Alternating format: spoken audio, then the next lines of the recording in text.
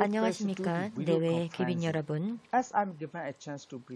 오늘 화상으로 본회의에 참여할 수 있게 되어 그리고 아울러 이렇게 길한 날에 제 논문을 발표할 수 있는 기회가 주어져서 기쁩니다.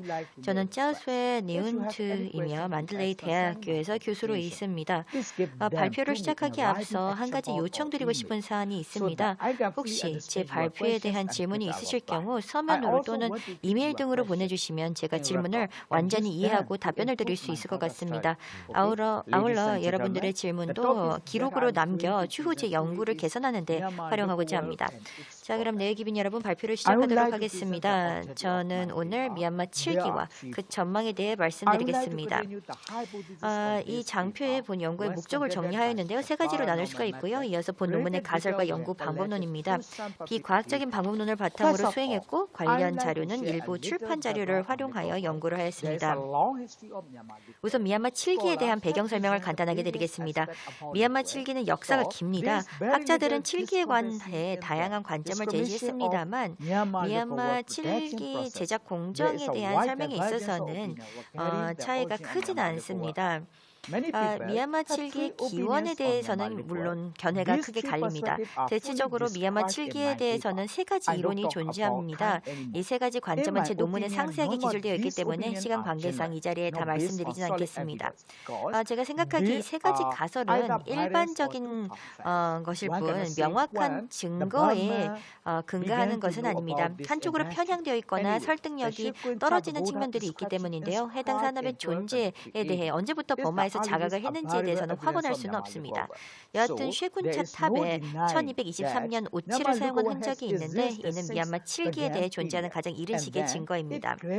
따라서 미얀마의 7기는 바간 시대 이래로 존속해 왔으며 이후 따오, 잉와 그리고 니아웅냔 시대를 거쳐 점차 발전해 왔으며 꼼바옹 시대의 절정에 이르게 되었다는 사실은 부인할 수 없습니다. 바간 시대 7기는 장식적인 그림 없이 밋밋한 검은색 단색으로만 되어 있었으며 잉와 시대에 들어 7기에 그림이 등장하기 시작했습니다. 니아웅냔 시대에는 7기 표면에 섬세한 철선을 새겨 넣었습니다. 꼼바옹 시대가 되면서 7기 예술은 쇠자와 즉 금박 7기 또 떠요, 부주 7기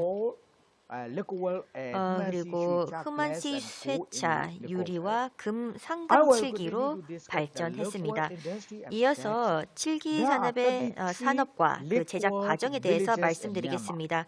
미얀마에는 33개의 마을에서 7기 산업이 운영되고 있습니다. 자세한 내용은 제 페이퍼를 참고해 주시기 바랍니다. 사실 7기는 처음에 왕실에서만 사용이 되었고 그 이후에 대중화되었습니다. 제작되는 7기를 보면 7기 제품 은 보통 4가지 종류 및 등급으로 나뉘는데요. 4가지 종류로는 왕실 용품, 종교 용품, 개인 장식품 그리고 악기입니다. 그리고 4가지 등급은 사진으로 준비를 했는데요. 첫 번째 사진은 쇠자와 두 번째는 말총 7기, 세 번째 사진은 일반 7기 그리고 네 번째 사진은 일본 7기로 사이윤이라고 부릅니다. 이처럼 7기는 품질과 가치에 따라 4개 등급으로 나뉩니다. 1등급은 금박 7기인 쇠자와 2등급은 말총 7기, 3등급은 일반 7기, 그리고 4등급이 사윤, 즉 일본 7기입니다. 이어서 7기 제작의 주 재료에 대해서 설명을 드리겠습니다.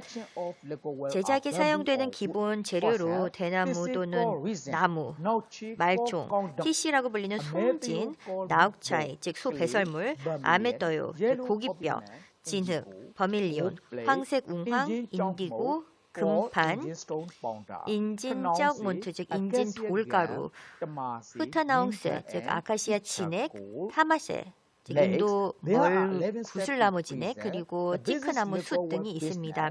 기본 재료를 준비하기 위해서는 11개의 단계를 거치게 되는데요. 첫 번째는 대나무 마디에 가까운 부분을 자르고, 두 번째는 대나무 조각 내기, 세 번째는 대나무대 끝부분 가지런하게 자르기, 네 번째는 마디 부분 자르기, 다섯 번째는 대나무대 쪼개기, 여섯 번째는 대나무대 끝부분 쪼개 나누기, 일곱 번째는 대나무대를 길게 다듬기 입니다. 길게 잘 다듬어진 대나무 조각이 준비가 되면 다음 4가지 기본적 재료를 만들게 되는데 첫 번째는 나선으로 감아 물건을 만드는 것, 두 번째는 대나무를 엮어서 물건을 만드는 것, 세 번째는 꼬아서 물건 만들기, 네 번째는 몸체 만들기로 구성이 됩니다. 칠기는 보통 검은색, 즉 송진을 이용한 검은색, 또 수은 황화물을 이용한 붉은색, 사이단을 활용한 노란색, 맨의 인디고를 활용한 파란색, 그 티시와 사이든 혼합물을 이용한 초록색, 이렇게 5가지 색으로 장식이 됩니다. 티시, 즉 송진은 칠기 제작에 없어서는 안 될 중요한 재료입니다. 미얀마어로 아퓨티라고 불리는 바탕면의 문양에 따라 칠기는 6가지 종류로 나뉩니다. 우선 일반 칠기에 대해 말씀드리겠습니다. 미얀마어로는 요요윤이라고 불리는데요. 일반 칠기는 대나무와 나무로 만듭니다. 여기에는 검은색과 붉은색만 사용이 됩니다. 특히 가정용품과 보통의 종교용품은 일반 칠기에 속하게 되고요. 두 번째 종류로는 색인기법의 칠기, 즉 미얀마어로는 카닛윤에 대해 말씀을 드리도록 하겠습니다. 붉은색 또는 검은색 칠기의 철침으로 어떤 패턴 없이 문양을 그리게 되는데 만약 장인이 숙련된 사람이라면 전체 문양의 시작과 끝은 알 수가 없습니다. 칠기면에 철침으로 꽃, 사진, 풍경, 그리고 불교 이야기를 담은 문양을 새긴 후 색을 채우게 됩니다. 자, 세 번째 유형으로는 실자와 윤이 있습니다.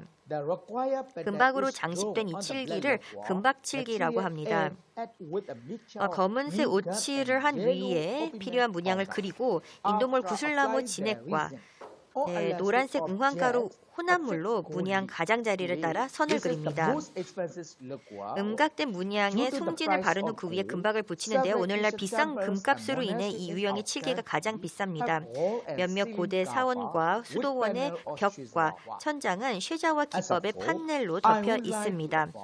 이어서 네 번째 유형인 떠요윤에 대해 말씀드리겠습니다. 떠요윤은 히시, 즉 송진과 떠요를 혼합하여 만듭니다. 떠요는 구운 뼈를 빻아서 고운 가루로 만든 것인데 낀 마웅 니윤트 박사에 따르면 떠요윤은 7세기에서 11세기경 중국에서 들어왔지만 명대에 사라졌다고 합니다. 현재 이 유형의 칠기는 지금도 여전히 바간에서 제작되고 있습니다. 5번째 유형으로 유리 모자이크와 금박 칠기입니다. 해당 칠기는 장인의 정교한 기술과 또 제작에 들어가는 시간과 공력 때문에 매우 비쌉니다. 필요한 문양에는 채색 유리를 부착하고 칠기의 검은 바탕에는 금박을 입힙니다. 이 유형의 칠기는 왕좌, 이 사다익, 접는 필사본과 야자수 필사본의 표지, 북, 오보에, 그리고 실로폰, 사원과 쿰타옹 등에서 찾아볼 수 있습니다. 6번째 유형은 오칠이 된 불상으로 만 또는 만파야라고 불리우는 유형인데요. 잘 마른 오칠이 된 불상을 만들려면 먼저 진흙이나 고리버들 세공법으로 만든 대나무로 형태를 일단 잡게 됩니다. 그 다음 만들어진 형상에 볏짚 잿물을 한 번 더 바릅니다. 승려의 의복과 장로의 터번을 오추로 흠뻑 적셔 형상 틀을 반복해서 감쌉니다. 그런 다음 오출 빨아들인 면이나 비단을 겹겹이 반복해서 붙여서 속이 빈 성상을 만들게 됩니다. 미얀마에서 가장 이른 시기의 만파야는 부달린의 니아옹간에 있는 것으로 1766년 9월 10일에 만들어진 것입니다. 그리고 1772년 12월 2일에 제작된 또 다른 만파야를 핑다야얀 양수도원에서도 찾아볼 수가 있습니다. 이어서 제작 과정에 대해서 말씀드리겠습니다. 첫 번째 단계는 기본 재료 단계로 칠기 제작에 사용되는 기본 재료는 대나무입니다. 해당 칠기에는 3가지 기본 종류가 있는데 첫째 번째, 얇은 대나무를 꾸와 감싼 것으로 그 예로 꽃병, 예타가옹, 다옹남, 그릇 덮개 등이 있습니다. 두 번째로는 3개의 얇은 대나무 대로 매듭을 짜서 꾸와 만든 것으로 여기에는 빛난 상자, 물컵, 쌀그릇 등이 있고요. 세 번째 유형은 아주 얇은 대나무로 필요한 문양을 짜는 것으로 여러 가지 물건들이 여기에 속하게 됩니다. 두 번째 단계로 바탕 재료에 송진을 바릅니다. 이를 떠요가잉, 즉 영어로는 그라우팅이라고 부르는데 반죽 주입이라는 뜻입니다. TC를 바른 후 3일 동안 지하실에 보관하게 됩니다. 좋은 검은색 바탕 재료를 얻으려면 지하실에 5번을 드나들어야 합니다. 이후 돌가루로 칠기를 부드럽게 문질러 광을 냅니다. 그 다음 티크 숯가루를 문질러 더 광이 나게 합니다. 광내기 작업 후에는 칠기 안쪽에 나무 송진과 버밀리온을 혼합하여 만든 붉은색 염료를 바릅니다. 대부분의 칠기 안쪽은 보통 붉은색으로 칠합니다. 이어서 조각, 색임 그리고 채색에 대해 말씀드리겠습니다. 먼저 물건의 표면에 수작업으로 문양의 윤곽선을 자유롭게 새겨 넣습니다. 이 일은 보통 남성이 하고 여성은 하지 않습니다. 문양에는 송진과 버밀리온 혼합물에서 얻은 붉은색을 칠합니다. 그런 다음 3일간 지하실에 놓아둡니다. 그리고 3일 후에 젖은 왕겨로 문지릅니다. 그 후 아카시아 진액이나 인도물 구슬나무 진액을 발라 그 위에 채색을 하고 야외에서 말립니다. 다 마르면 철심을 이용해 초록색으로 윤곽선을 그립니다.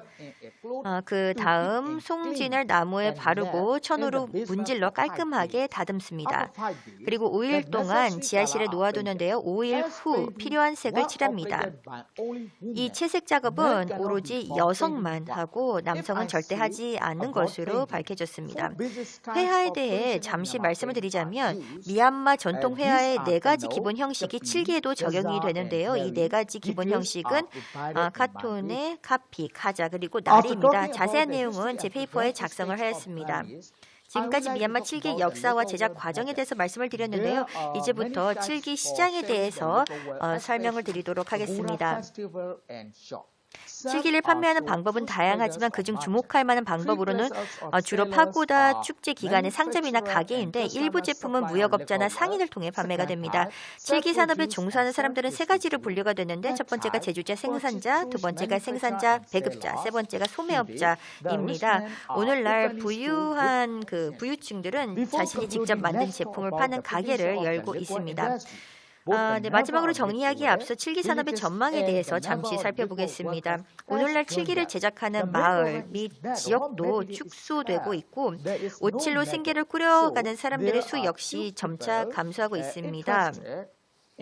그 이유는 원료 수급의 어려움, 시장 부재 등과 같은 수많은 문제 때문인데요. 따라서 이처럼 오칠을 생계수단으로 삼는 관심 있는 사람들은 적고 또 자본도 충분치가 않습니다. 더불어 영구적으로 사용할 수 있는 제품들로 대체가 되고 있는 실정입니다. 이를 통해 우리가 알 수 있는 것은 기술의 진보가 일부 문화유산을 집어삼키고 있다는 점인데요. 따라서 해당 유산의 존속을 위해서는 체계적인 칠기 조합을 설립해야 한다고 생각합니다. 더불어 은행은 칠기 사업을 영위하고자 하는 운영자들에게 저금리 대출을 제공할 필요가 있습니다.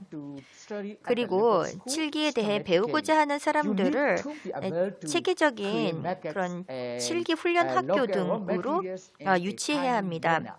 또 시장도 창출해야 하며 현지 원료 수급도 시의적절하게 이루어질 수 있도록 해야 합니다. 우리가 함께 노력한다면 칠기 문화라는 무형 문화 유산은 보존될 수 있습니다. 마무리하겠습니다. 바간 시대 이래 미얀마의 칠기 산업이 번창해 왔음은 부정할 수가 없습니다. 오늘 말씀드리고자 하는 바는 문화는 경계가 없다는 점입니다. 어떤 문화도 정적으로 머물러 있지 않습니다. 문화 교류는 국가들 사이에 자연적 또는 인위적 장벽이 있다라고 할지라도 계속 이어질 것입니다. 바로 이러한 사실로 인해 특정 문화의 동일한 유형 또는 경험의 형태가 한 국가가 아닌 동시에 여러 국가에서 향유가 되고 있다는 그런 역사적 근거도 찾아볼 수가 있습니다. 그렇기 때문에 제가 생각하기에는 한 국가의 문화유산이 이웃 국가의 유산과 비슷한 것 같습니다. 특히 지금은 7기 문화를 보존해야 할 때입니다. 네, 모든 이해 관계자들이 이 문화를 보존하기 위해 체계적으로 협업할 수 있기를 바란다는 말씀과 함께 제 발표를 마치겠습니다. 경청해 주셔서 감사합니다.